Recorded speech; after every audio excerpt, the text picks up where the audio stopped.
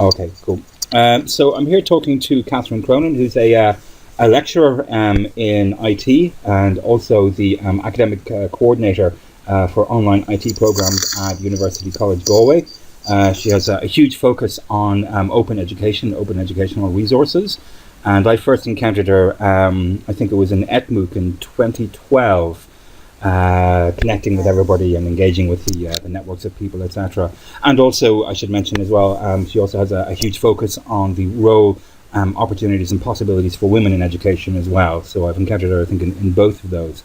And I've asked Catherine to talk to me about her use of Twitter in her profession, both with her students and with her own personal use of it to develop personal learning networks and things like that.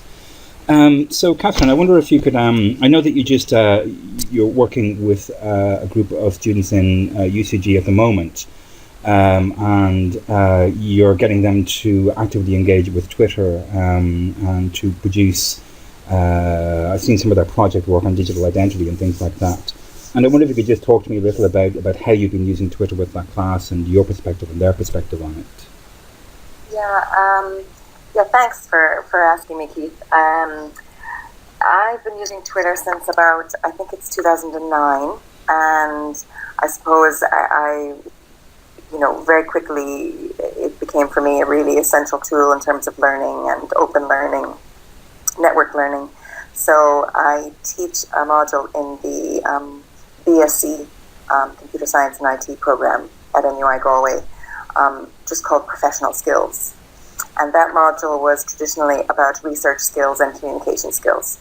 So the students, explore a whole variety of research skills and develop them from whatever point they start. Yeah.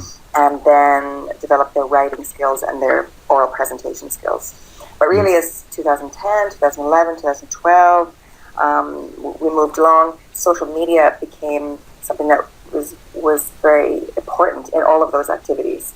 So I gradually folded in more of use of social media, awareness of digital identity, what is openness, those kinds of elements into the module. So the module has grown over the last number of years. So in everything from research skills to how you find out about things that are going on, understanding hashtags, all those kinds of things. But that's all learning about. And I feel very much that it isn't just learning about social media, but really learning who we are when we use social media, particularly in open spaces. So, as I often say, when students and educators, for example, are interacting in the classroom or in a learning management system, we are identified by our real names and by our roles. But the minute we step outside those closed spaces, whether they're physical or virtual, and move into open spaces, even if it's as simple as a Twitter chat for half an hour, the whole issue of digital identity raises its head, because who will I share as, who will the students share as, and so on. So before I ask them to interact in various open spaces such as Twitter or Google+, we really explore digital identity and privacy. And that's been very useful and also very educational for me, because I've learned a lot about what different students feel about those issues. And I encourage them to make their own choices about, for example, using their existing Twitter account, creating a new one, perhaps a disposable one that they can have an element of identity play in the module and develop their skills. So as I said, I think it's important to really deal with all of those issues before inviting the students into those open spaces. Okay. So that's my approach, really. Okay, so that's a really interesting. So it's a focus on digital identity, which I think that's the focus of your PhD as well, isn't it? That's You're talking right, about yes. digital identity.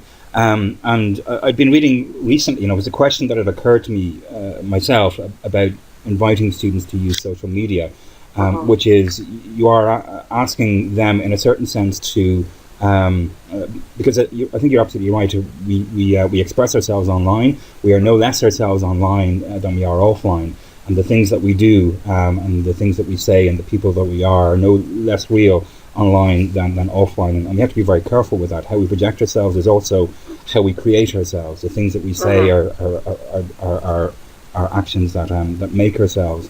And when we invite our students to share that particular mode of expression, we are asking them to invite us into a world that they may have hitherto considered quite private, and we're inviting them into ours as well. And there are all sorts of responsibilities and possibilities there. I know that recently I was reading a paper in the States where students were expressing a dislike of engaging in social media with their lecturers because they were afraid of finding things out about them, and they were also afraid of their institutions and their lecturers finding things about the students as well. What was your experience of your students engaging with that digital identity and negotiating those particular relationships? Yeah, I mean, I've seen some of the studies I think that you're referring to. I know, for example, some people use Facebook, and I've often asked my students about using Facebook. Twitter is the social network that I use primarily, so that's one that I choose. But I know other colleagues, have used Facebook, and others have used Google Plus, and and so on and so on. The tool isn't really what's important, but it's really the affordances, I suppose, of particular tools and understanding them. And I invite students to create a Twitter account for the course, even if they've never used Twitter before. Interestingly, my student statistics match what I've seen in, for example, some of the Pew statistics. That, in other words, that the proportion of young people using Twitter has risen over the last 3 years. When I first started teaching with Twitter, not many students were using it. Now most of them are. But getting back to how they feel about interacting with me in open spaces, I encourage the students, and we discuss the whole notion of privacy, who they are online, the fact that you can have different expressions of your digital identity, be active in different spaces. They can be connected, they can be separate.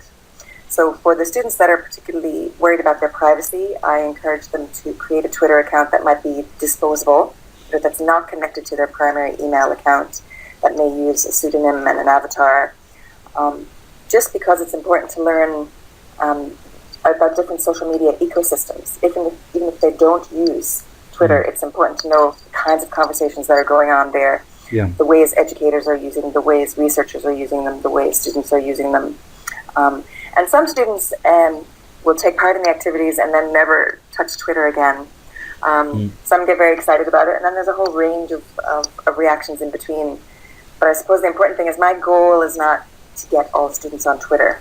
It's more about understanding, as I said, the ecosystem, what's possible, and how and what people are sharing there. Okay.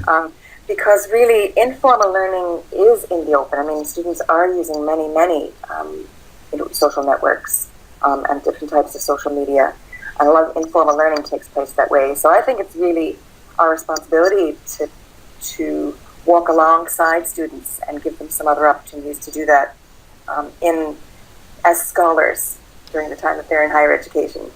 So I find many students bring in a very confident social online identity. Perhaps not a confident online identity as a scholar, as a researcher, as a soon-to-be professional, or even as a citizen. So, talking about those different identities and those behaviors, and modeling different practices, and giving them an opportunity to develop personal learning networks of their own, I think that's really, really important. Okay, that's extremely interesting. Actually, I've been thinking quite a lot about the translation of social media skills, if you can call them that, into scholarly social media skills, or the different types of digital literacy that our students may have. And it's been interesting to read the literature and to engage with people, and to see, not universally, but there is a degree perhaps to which social digital literacy is not translating universally into academic digital literacy, and there seems to be perhaps a role for the educator there as somebody who is, as you're saying, modeling good, effective, efficient, creative and useful techniques for leveraging and using social media to in a scholarly and way, or as a way to become effective networked and informal learners. Can I ask you how you've seen that yourself in that role with the students that you're working with? How has that panned out, or what type of a role have you taken on with them in negotiating those that transition or that translation of skills? Yeah. Well, I do make it very explicit. So, for example, I not only think it's important to teach these things, but I also will talk about why I think it's important. So the conversation we're having now would get woven into, various conversations that I have with the students, and I ask them a lot of questions. So, it's not something that that's hidden from the students, a hidden agenda. So it's very explicit. And, I do say to them that, my feeling is that at the end of 4 years, it's important for them to leave not just with the degree and, as I've said before, happy memories and friends and, and some things that they've learned, but learning skills, skills for lifelong learning, and ideally a personal learning network, so that from the day they leave, higher education in my case, that they can continue to learn, so they have the skills and also a network. So, to do everything, to communicate with students only in learning management systems, for example, which are gone when they leave, doesn't really help them do that. Yes, there may be a role for using learning management systems for certain, learning activities and so on. I won't debate that. But I think we must be inviting students and having interactions in open online spaces. So some of the things that we've done, I encourage the students to share on the hashtag. So right now, in the hashtag CT231, the students are doing presentations in class, and then they upload the presentations and share them with the hashtag. They're developing digital media projects, which they choose to create something. It must be something that is a form of digital media that is for someone outside the university for some particular purpose. And we have a discussion around what that is, and then they go develop it. They also will use the CT231 hashtag and other relevant hashtags, when they share those. They learn about Creative Commons as users of Creative Commons licensed material, and then as creators of it, when they do this creation activity. So it comes slowly, and as I said, some students are really enthusiastic about it, and others not so much.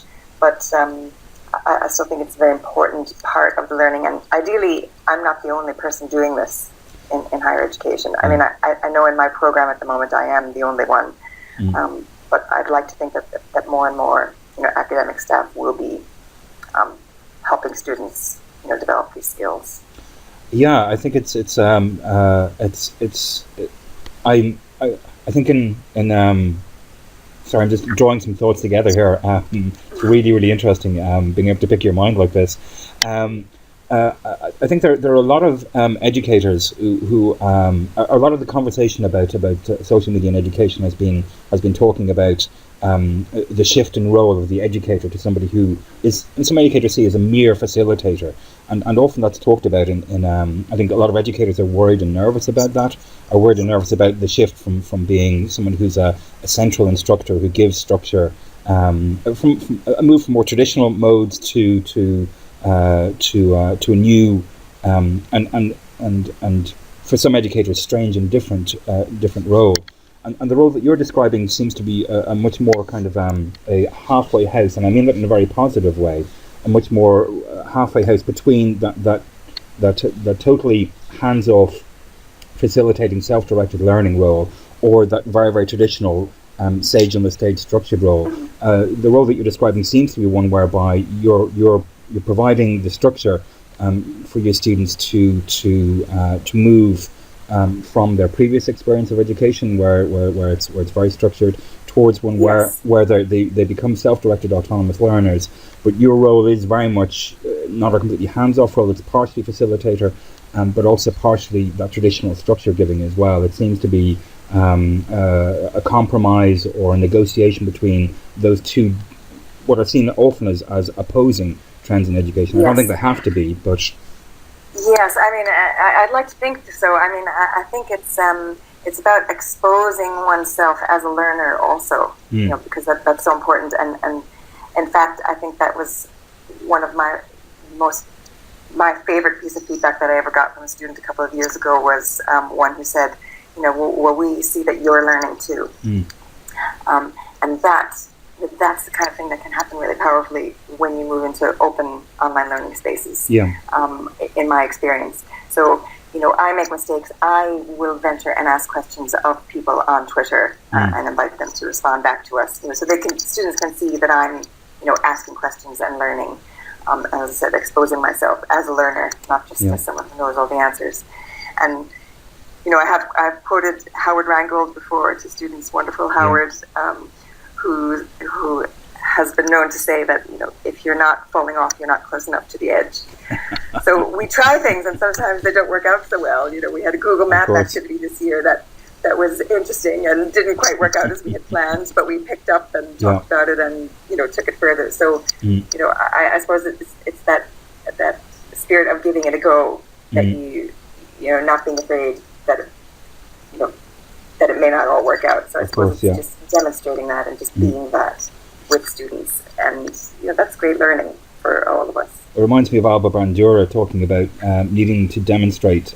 He put it much more formally than Howard Rheingold did, but needing to demonstrate coping skills for making mistakes, so that your students know that it's important. It's incredibly important to make mistakes with your students and in front of your students, and to demonstrate how you cope with them. And that can be an immensely positive experience for everybody concerned, because that mirrors real life learning, and those coping skills are exactly what you need to have. So it's not so much making the mistake. A sense of humor is very important. A sense of humor is very important, absolutely essential with online work. Wow, thank you very much for that. Actually, that's given me a lot to think about, and is tied in a lot of different things. I'm focusing on in my project, which is also a research project for DIT. I'm focusing on educators who are potentially or probably novice users of social media, and who are interested and curious about it, but don't have much personal experience themselves. So my project is focusing on giving them both the technical tools in using social media, and also giving them a playground to play around with, to experiment with it themselves, and also then giving them additional resources for them to go off and explore their own professional development, but also their own classrooms as well with social media.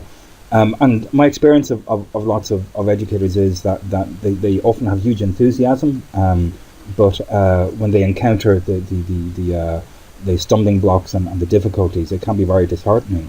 I'm wondering, would you have any particular words of advice? I hate to put you on the spot here, but any particular words of advice for educators who are social media novices and are looking at this brave new world, which can be quite daunting, and are curious about it and want to engage? Would you have any words of advice for encouraging them?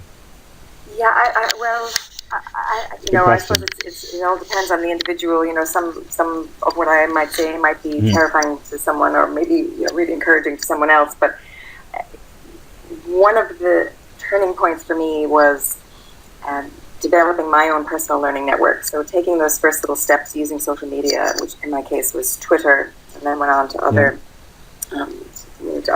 tools and networks, and realizing that there were other people out there that were learning and chronicling their learning, sharing it. So you could see their vulnerability and networking with those people. And after doing that for a while, I began to blog, because I realized I was learning an awful lot from people who were learning and sharing that learning, just documenting it and sharing what they were doing with their students, or what they were doing themselves.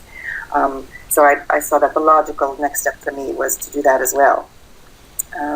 So firstly, I would say just give it a go, and don't be afraid, and don't be afraid to make mistakes. Secondly, reach out and connect with people, like yourself, maybe in other education sectors, other geographic locations. It doesn't matter. If you're learning a new tool and you're teaching junior infants, and I'm learning a new tool and I'm teaching higher education, we can have a lot to share with each other. It really erases a lot of the boundaries. So don't be afraid to make mistakes. Definitely network with other people. And then, for the third thing, maybe just share your learning, because that third one, in my particular experience of blogging, that has been just immensely, immensely powerful in terms of my own learning, and then connecting with people like yourself. For example, I was asked to give a research seminar at my university 2 weeks ago, and I did, and 4 people came. I got a number of other apologies from people who couldn't be there. It was during the day. I wrote up on my blog about that presentation, and the conversation is still going on 2 weeks later. I think there's 18 or 19 comments there. I was asked to give another seminar on the back of that. Just the conversations continue. In my blog and in other people's blogs and on Twitter and on Google Plus. So just put it out there. Just share it, because what you realize is that nobody is an expert. Absolutely nobody is an expert. Yeah. I'm learning all the time, and and it's very liberating to kind of acknowledge that, and then just go out there and learn with people. Thank you very, very much. I'd say that my experience of connecting with online educators is that they're enthusiastic, they're passionate, curious, and incredibly curious, and a fantastic bunch of people to both share your learning with and learn from as well. It really is the sense of community and the sense of common purpose and the sense of generosity is absolutely fantastic. And I'd like to thank you today for being a very fluent and eloquent example of that spirit of sharing, generosity, and learning. Thank you so much. So I thank you very, very much for sharing your time, your experience, your eloquence, and your expertise with us today. Thanks, Keith. And I obviously we'll stay connected, but I would like to see some more of your own work that you were just talking about there. So, because I think that'd be really, really interesting for me.